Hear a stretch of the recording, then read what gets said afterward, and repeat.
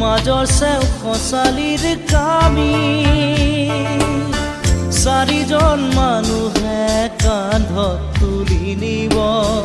চাৰিজন মানুহে কান্ধত তুলি নিব নৈৰ ঘাটলে বুলি মোৰ মনাই ঐ নৈৰ ঘাটলে বুলি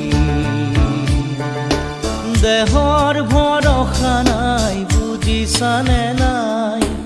দেহৰ ভৰসা নাই বুজিছানে নাই